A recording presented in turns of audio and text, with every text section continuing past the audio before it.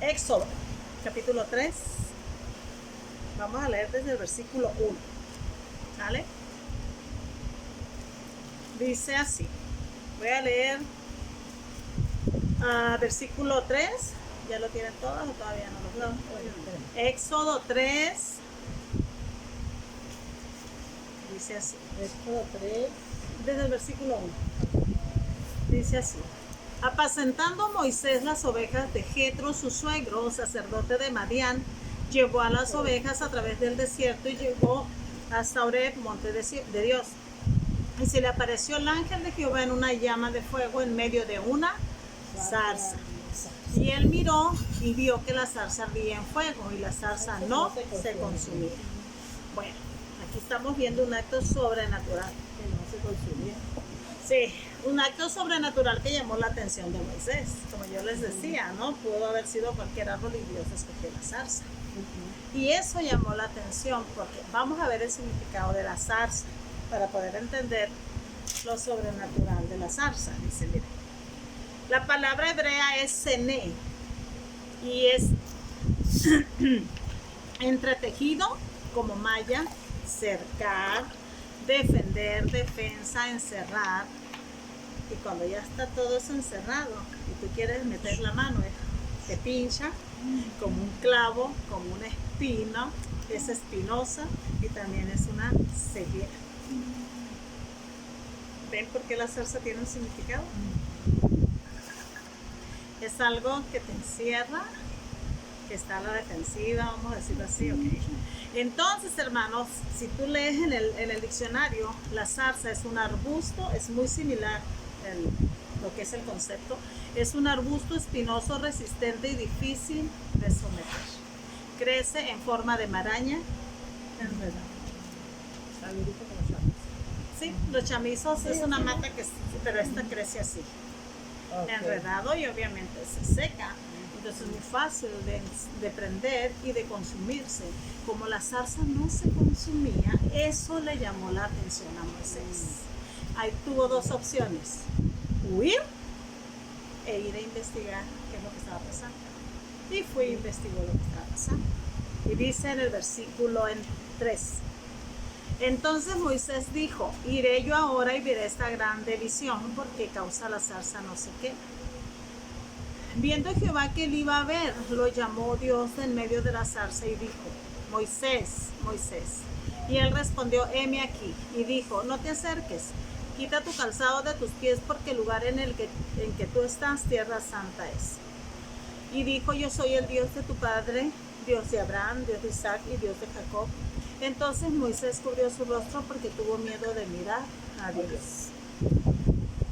Dijo luego Jehová, bien he visto la aflicción de mi pueblo que está en Egipto y he oído su clamor a causa de sus extractores, pues he conocido sus angustias y he descendido para librarlos de mano de los egipcios y sacarlos de aquella tierra a una tierra buena y ancha, la tierra que fluye leche y miel, a los lugares del cananeo, del eteo, del amorreo, del fereceo, del jebeo y del jabuseo. Bueno, conocemos la historia de Moisés, ¿no? Moisés, pues, era hebreo y habían dado la orden de que todos los varones que nacieran de las hebreas los mataran, pero las parteras temieron a Dios, temieron a Jehová y no obedecieron el mandato. Entre esos niños a los que Dios le preservó la vida, uno de ellos fue Moisés, y le preservó la vida para hacerlo el libertador del pueblo en el futuro. No fue por cualquier cosa. Es como José, el soñador, ¿no? Dios le preservó la vida cuando sus hermanos lo quisieron matar, cuando lo vendieron como esclavo, cuando estuvo y pasó tantas cosas a ese hombre. Dios le preservó la vida para ser el libertador también en su pueblo, para que el pueblo no se muriera de hambre, para que en aquellos tiempos el hambre estaba matando a la gente. Y en este tiempo los egipcios estaban teniendo esclavizado al pueblo. Entonces Dios le preservó la vida a Moisés y conocemos la historia. Lo echaron en una canasta justo cuando la hermana de Faraón estaba en el río, pero estaba María observando y ella fue como la cómplice para que echaran Y ella misma se acercó cuando lo encontró y a ella misma mandaron buscar la nodriza y ella fue por su propia madre, así que Moisés creció amamantado por su propia madre y con sus hermanos, lo que es Amén. Dios. Sí. Entonces, Sí.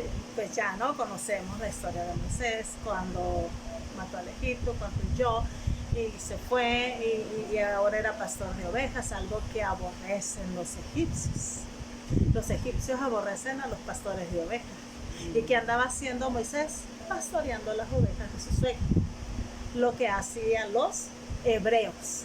Los hebreos eran agricultores, pastores de ovejas, no eran pueblos guerreros. Y Dios los levantó como un pueblo guerrero.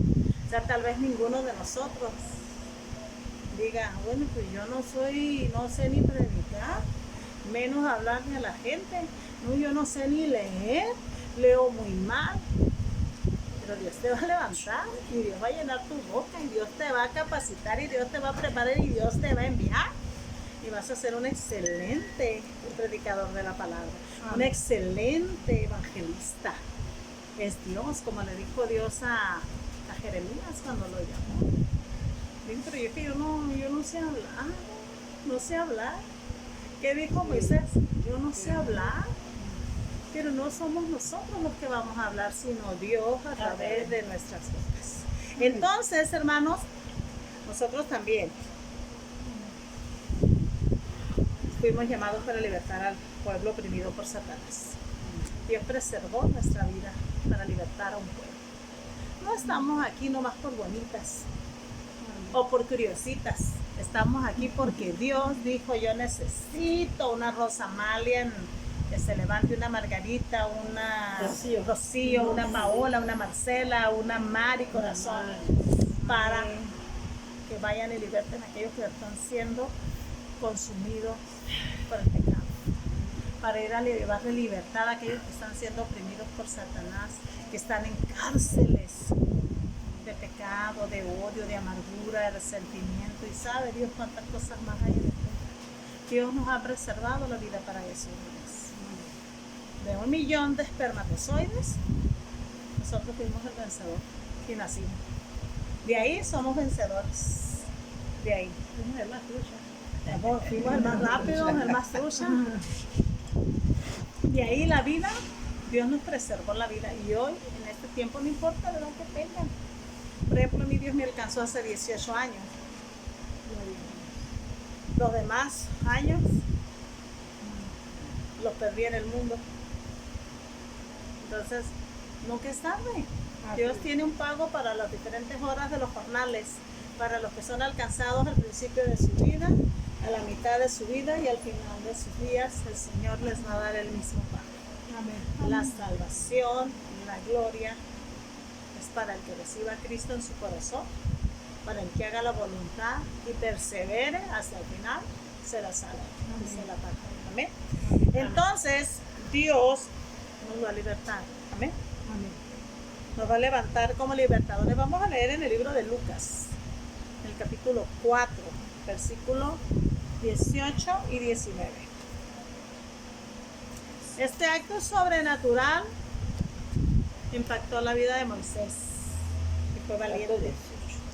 Fue valiente porque podía haber huido de miedo. Tuvo miedo cuando ya se dio cuenta lo que estaba pasando ahí, pero no huyó, ahí se quedó. Dice Lucas 4:18. El Espíritu del Señor está sobre mí, por cuanto me ha ungido para dar buenas nuevas a los pobres, me ha enviado a sanar a los quebrantados de corazón, a pregonar libertad a los cautivos y vista a los ciegos, a poner en libertad a los oprimidos, a predicar el año agradable del Señor.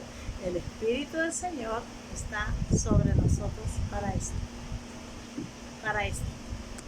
Y el profeta Isaías, esto que se leyó en Lucas es lo que viene en el libro de los profetas. Isaías capítulo 61, del 1 al 4, dice así. El Espíritu de Jehová el Señor está sobre mí, porque me ungió Jehová, me ha enviado a predicar buenas nuevas a los abatidos, a vendar a los quebrantados de corazón, a publicar libertad a los cautivos y a los presos, apertura de la cárcel, a proclamar el año de la buena voluntad de Jehová y el día de venganza del Dios nuestro, a consolar a todos los enlutados, a ordenar que a los afligidos de Sión se les dé gloria en lugar de ceniza, óleo de gozo en lugar de luto, manto de alegría en lugar del espíritu angustiado, y serán llamados árboles de justicia, plantío de Jehová para gloria suya. Reedificarán las ruinas antiguas y levantarán los asolamientos primeros y restaurarán las ciudades arruinadas, los escombros de muchas generaciones. Fíjense qué bonito para lo que Dios nos ha levantado. En este tiempo somos libertadores también. Somos libertadores. Cuando tú le hablas a una persona que está pasando por un problema y esa persona no ha tenido un encuentro con Dios, tú estás siendo un libertador de esa alma que está presa en la cárcel del pecado. Porque la Biblia dice, por cuanto todos pecaron, fueron destituidos de la gracia, de la gloria de Dios. Amén. No por causa de nuestra culpa, sino por un pecado original que se concibió en el principio. Y este pecado se viene arrastrando. Cada persona que nace con ese pecado. Y hay una manera nada más de romper el pecado, y es a través de Jesucristo. Nosotros recibimos a Jesús y se corta el pecado original. No se corta con el bautismo como nos lo enseñaron, es a través de recibir a Jesús. San Juan capítulo 1, versículo 12 dice, y a los que le recibieron les dio poder de ser llamados sus hijos. Pero también San Juan 3:36 dice, no, espérame, déjame buscar.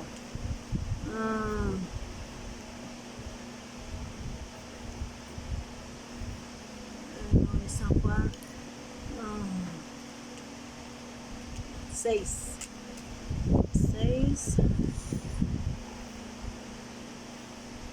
Ay, se me fue. ¿Qué dice? No, esa se me fue la ¿Pero cita. qué dice? El que no cree en el Hijo no tiene la vida.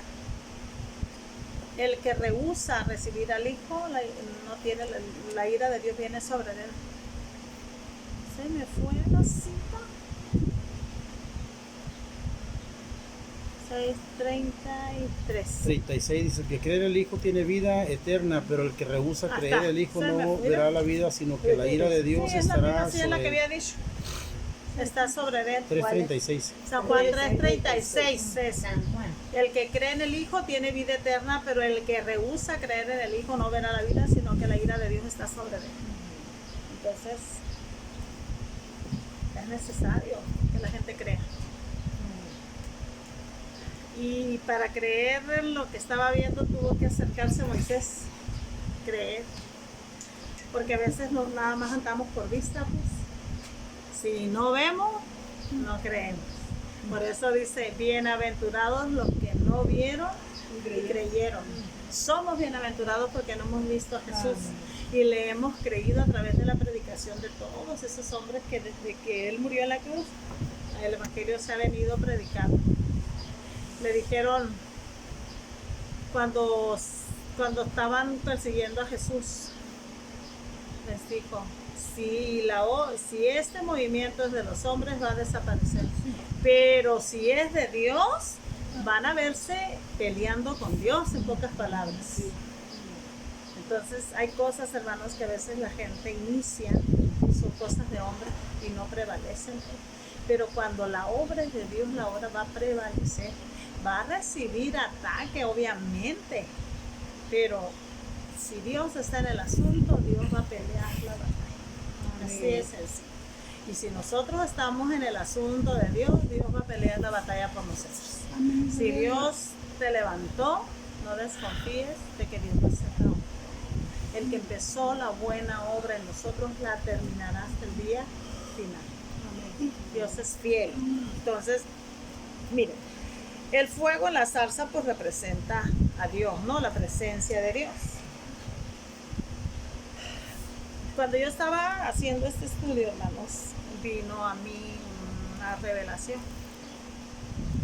Yo cuando Dios me habla, cuando Dios me da un tema, obviamente primero me habla a mí.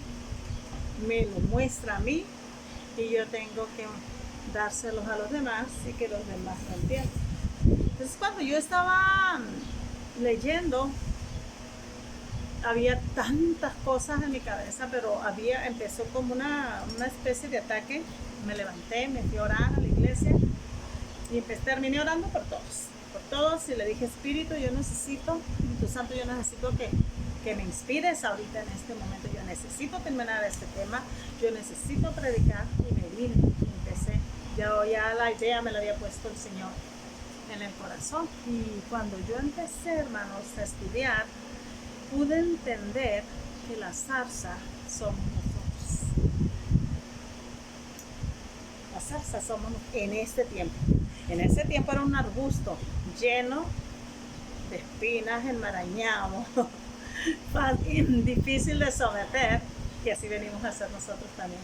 Personas enredadas en nuestros problemas, en las cosas que vivimos, y vamos haciendo una maraña en nuestras vidas y nos vamos enredando en tantas cosas y venimos a terminar rodeados de tantos problemas que no vemos a Jesús, no vemos para afuera, estamos cegados y hacemos una defensa alrededor de nuestras vidas, y cuando alguien se quiere acercar a nosotros, los pinchamos. Porque no dejamos que nada penetre en nuestras vidas, es más, no dejamos ni que Dios entre en algunas partes, tú lo sabes, de nuestras vidas. Sí. Cerramos nuestro corazón y estamos tan dañados, tan lastimados por lo que hemos vivido, que hay personas que si presentan vulnerabilidad, se sienten débiles. Y se rodean y empiezan a enredarse y son impenetrables. Si nadie les puede hablar porque ¡ay! Una espina me pinchó. Sí, o sea, no les puedes hablar porque, o sea, no les encuentras el modo. Ajá. Y tú te quieres acercar a ellos y terminas pinchado, terminas lastimado porque te picaron esos clavos, esas espinas. Entonces solamente el fuego de Dios llegando a esas vidas puede consumir todo lo que nos sirve. ¿Y por qué el fuego de Dios? Porque el fuego de Dios no te va a consumir, te va a purificar, te va a santificar. El fuego del infierno, ese sí te va a consumir, ese sí te va a quemar. Entonces, ¿por qué no se consumía la zarza? Porque era el fuego de Dios. Y Dios no te va a consumir, al contrario, Dios te va a limpiar, te va a purificar, te va a santificar, va a quitar todo lo que no sirve en las perezas y te va a poner ahí limpiecito. Entonces, cuando yo estaba estudiando eso, dije, Señor, somos unas zarzas, pero tenemos que ser una zarza ardiendo, no una zarza que esté llena de espinas. Tenemos que ser una zarza que esté ardiendo, que cuando la gente te vea lo sobrenatural en ti y se acerque a ti y te pregunte, oye, ¿cómo le hiciste? Y Dios va a empezar a hablar de en medio de la zarza. Andan buscando las cosas que venden, ¿no? Entonces, la zarza, hermanos, tiene que estar ardiendo siempre. El fuego de Dios tiene que estar ahí, pero esa zarza, hermanos, la va a ver la demás gente. Va a decir, oye, ¿cómo lo hiciste? Y cuando la gente se acerque a ver lo sobrenatural de ti, entonces Dios va a empezar a hablar de en medio de la zarza. Y Dios va a empezar a hablar. Y Dios me mostraba las zarzas ardiendo. Nosotros tenemos que ser zarzas ardiendo. Que la gente se acerque a ti a ver qué es lo que pasó. Luego vas a ser como los 3 hebreos que fueron echados al horno de fuego, y que en medio del fuego estaba Jesús. Ni un pelo se les quemó, ni siquiera la ropa olía a humo. Porque en medio de la prueba siempre va a estar Jesús para librarnos. Y Él va a evitar que el fuego de la prueba nos consuma. Es lo mismo que pasa con las zarzas. Esas zarzas tienen que estar ardiendo siempre. ¿Cuál fue la instrucción que le dieron a Aarón? El fuego del altar nunca se debe de apagar. Siempre tiene que estar encendido. O sea, el fuego en el altar de nuestro corazón es el Espíritu Santo. Siempre tiene que estar encendido. Nosotros no podemos apagar al Espíritu. ¿Cómo se apaga el Espíritu? Cuando te alejas de Dios. Amén. Cuando te apartas de Dios. Cuando viene ese enfriamiento, porque el fuego es el Espíritu. Nosotros debemos de ser calientes, estar en el fuego siempre. Por eso dice el Señor, los fríos obviamente no están con Dios. Esos están en el mundo.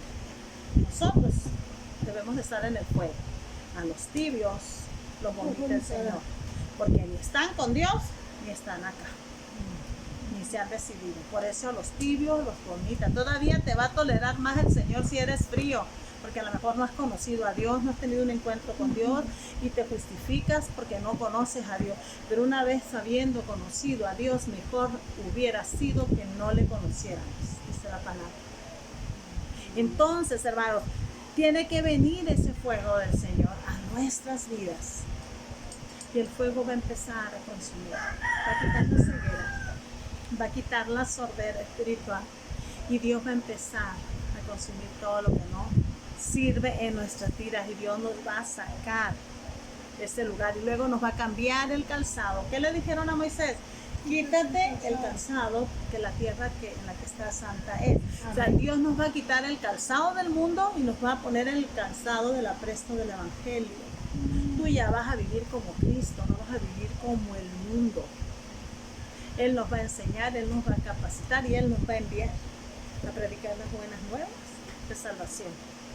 Es necesario. Y cuando las personas se acerquen, ¿cómo lo hiciste para salir? Miren, hermanos, para la hermana que no conoce, bueno, no sé si Paola ya me ha escuchado, mi esposo y yo nos divorciamos y estuvimos divorciados durante 2 años. En ese proceso yo vine a Cristo y estuve 2 años divorciado. Bueno, legalmente más de 1 año, año y medio, porque en el proceso, pero fueron 2 años que él y yo estuvimos separados. Dios me alcanza y a los 2 años Dios lo alcanza a él. Y cuando la gente lo vio a él, cuando vio eso sobrenatural, que Lalo ya no era el mismo, que ya no era el alcohólico, que ya no era, usaba drogas, que ya no andaba de mujeriego, de parrandero y todo lo que dice la canción, y que era otro hombre. Santo. La gente me preguntaba y me decía, ¿cómo le hiciste? Porque miraban la zarza ardiendo, miraban ese fuego de Dios sobre él. ¿Cómo le hiciste para que Lalo cambiara? De hecho, hubo un hombre que llegó y me dijo, oye, tú fuiste a Obregón, ¿verdad? Con un brujo para que te ayudara. No, le dije, no, ¿cómo crees? Le dije, yo soy cristiana, Dios aborrece la brujería, la hechicería. Y le digo, pues, ¿cómo le hiciste? Yo le dije, no hice nada, el Señor lo hizo todo. Dios lo hizo. Y créanme, se acercó mucha gente y yo oraba por matrimonios y muchos matrimonios se restauraron, porque ahí es donde Dios nos usa, en restauración de las vidas y por matrimonios, y aparte pues la liberación, sanidades y todo lo que Dios nos ha dado, ¿no? Pero la gente se acercaba y me preguntaba, ¿cómo lo hiciste? O sea, querían que yo les dijera y yo les decía, yo no lo hice, lo hizo el Señor. Obviamente yo hice lo que a mí me tocaba, que era someterme a Dios, porque Dios primero me alcanzó a mí. Que Dios sabe que si Él hubiera venido a Cristo primero, Él hubiera batallado mucho conmigo. Pero Dios me enseñó a mí primero, y me sometió a mí primero, y me enseñó a perdonar, hermanos, porque yo no hubiera podido vivir. Él vivía con otra persona, tuvo un hijo con otra persona, y me dicen a mí, ¿cómo le haces? Yo jamás le hago un reclamo a mi esposo.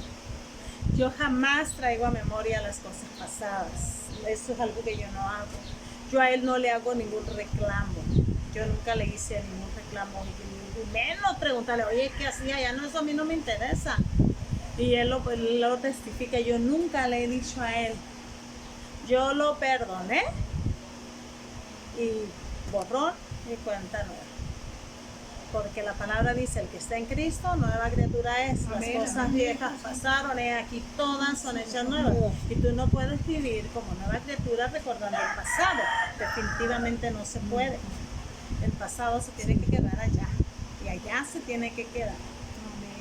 Entonces, cuando vea la gente ese cambio en tu vida, cuando la gente vea esa zarza ardiendo, la gente se va a acercar a ver por qué no te consumiste con ese dolor, por qué no te consumiste con esa tristeza, por qué no te consumiste con ese fracaso, por qué no te consumiste con la pérdida de un hijo, de los padres, del esposo, por qué no te consumiste cuando quedaste en la ruina total, en la miseria.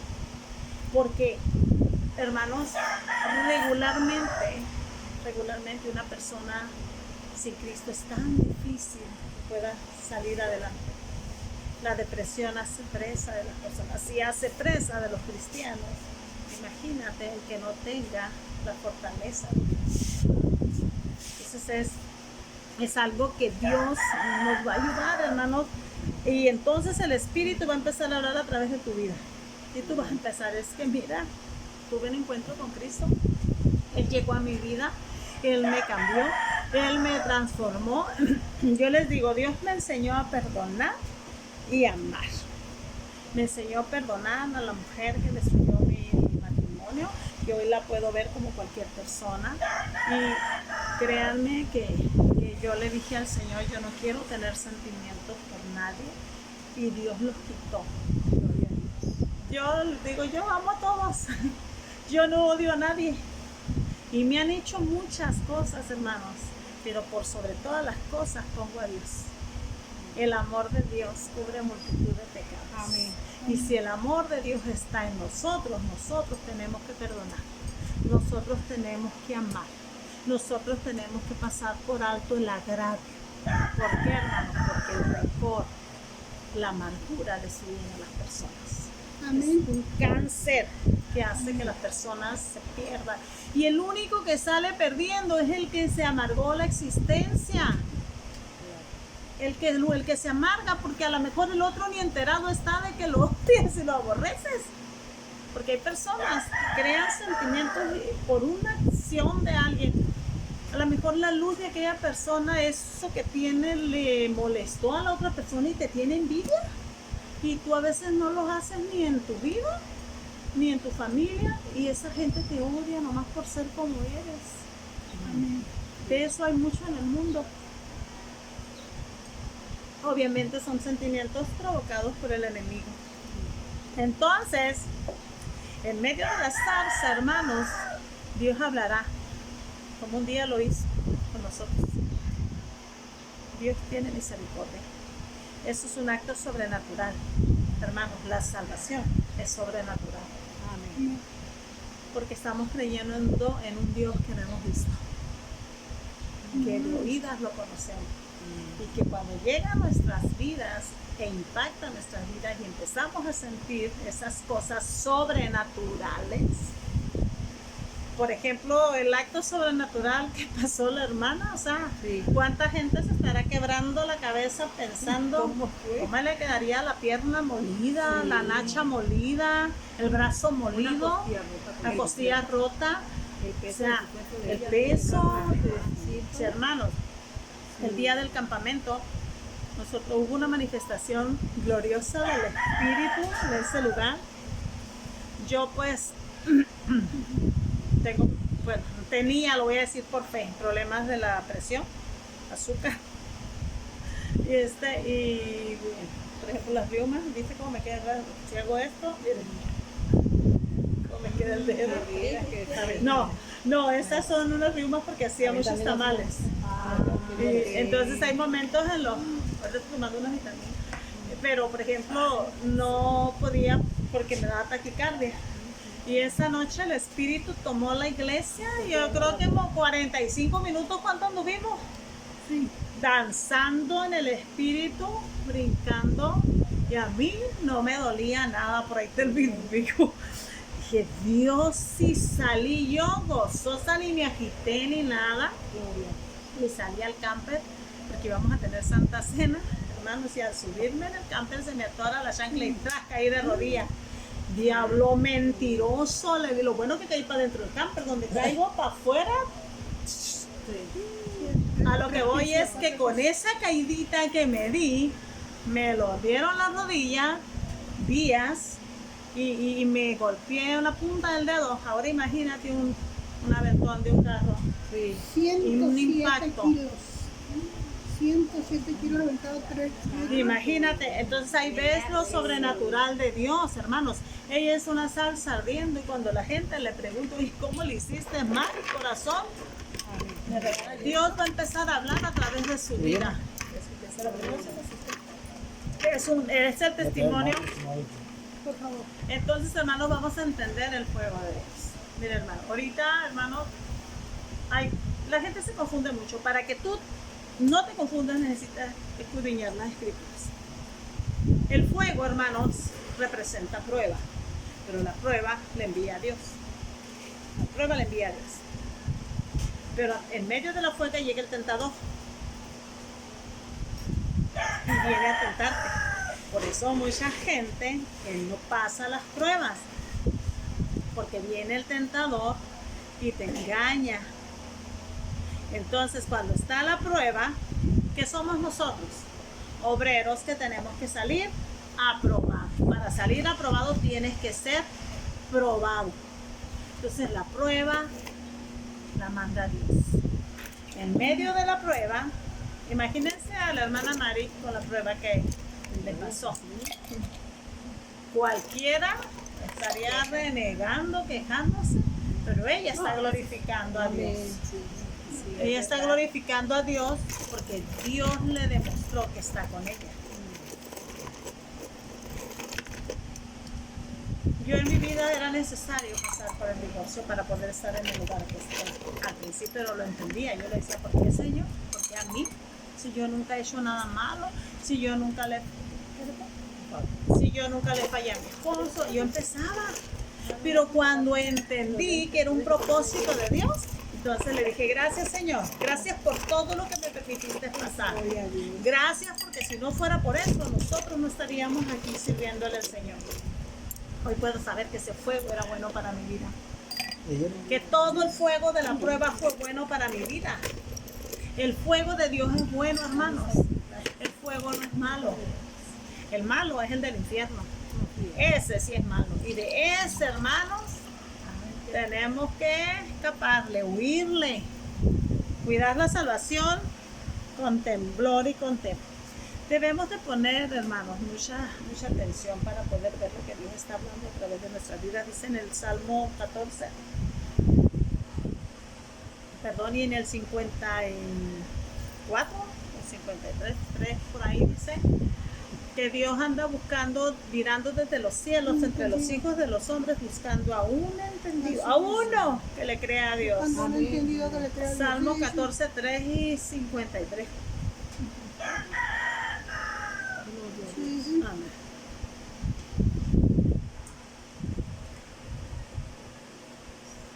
Salmo 53, 2.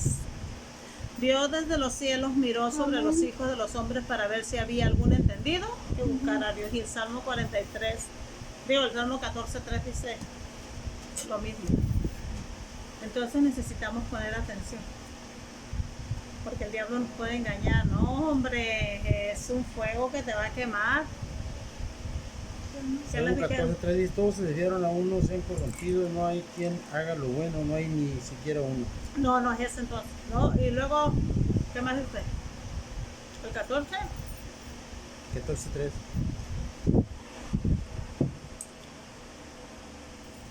El 53, 3 sí. Pero, Sí. pero Yo sigo buscando un entendido. es el 2, el versículo 2 en el Salmo 14. Jehová miró desde los cielos sobre los hijos de los hombres para ver si había algún entendido que buscara a Dios. Él es el 14, pero es el 2. Entonces, si nosotros no prestamos atención a Dios, pueden estar pasando muchas cosas y nosotros no vamos a discernir, no nos vamos a entender. ¿Por qué, hermanos? Porque Dios nos quiere mostrar su gloria. Tenemos que aprender a prestar atención para tomar decisiones correctas en nuestras vidas. Amén. Conocer la voluntad de Dios, la buena, la que es perfecta y la que es agradable, y caminar en ella. Porque Dios tiene planes de bien para nosotros, de paz, dice Jeremías 11:29. No, 29:11. 29:11 dice, para daros el fin que esperamos. Pero a veces caminamos en la voluntad de nosotros, que es necia, pues, y que está equivocada. Y Dios nos dice, mira, camina por aquí derechito, pero no, yo quiero ir por acá zigzagueando porque me gustan las curvas. Porque luego dicen, no, es que el camino derecho es muy enfadoso, llegamos por las curvas. Y yo sin freno, dijo de la canción. No hay quien me frene. Dice que el caballo, el mulo tiene que ser frenado.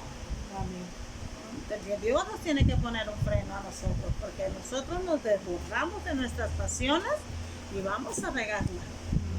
Entonces necesitamos que Dios ponga freno a nuestras vidas. Y Dios es el ancla. Amén. Es el ancla que nos va a hacer que nos asentemos, ¿no? Y Dios es un Dios sobrenatural. Y si nosotros no prestamos atención, no vamos a ver lo sobrenatural que Dios nos quiere mostrar. Amén. Entonces, Dios nos creó, hermanos, y Dios nos salvó para mostrar su gloria. Nosotros somos el cuerpo de Cristo en la tierra. Los ojos, las manos, los pies, los oídos, la boca de Cristo somos nosotros. O sea, es tan fácil decir, sí es cierto, la palabra dice que pongamos la mirada en Jesús, el autor y el consumador de la fe.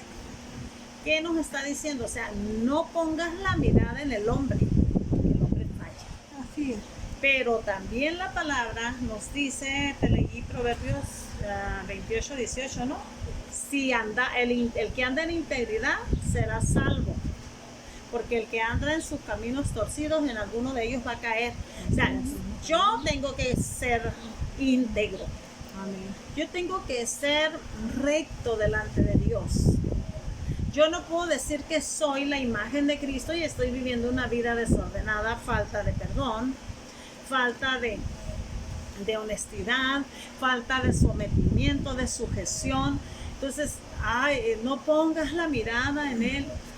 Claro, ¿a quién estás viendo? A tu pastor, a tu hermana, a tu esposo, a tu esposa.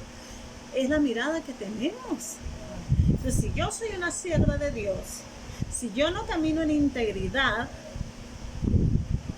Dios no me va a presumir delante de Satanás. Entonces, si yo soy íntegra, mi esposo me va a reconocer. Si él es íntegro, yo lo voy a reconocer a él. Si yo soy íntegra, mis hijos me van a reconocer. Porque si yo no camino en integridad, los primeros que te van a poner el dedo son los de tu casa. Ay, mi mamá. Qué embustera, mira lo que le está haciendo a la hermana. Y así. Por ejemplo, si yo me paro en el yo estoy predicando ahorita, si yo digo una mentira, que Dios del cielo lo sabe, mi esposo sería el primero en decirme, ¿sabes qué? Estás mal. Está echando mentira. Y si él dice mentira, yo de acá, de abajo del púlpito, nomás le voy a hacer. No lo tengo que hacer porque él no miente ahí arriba. Abajo. No, o sea, me refiero, pues.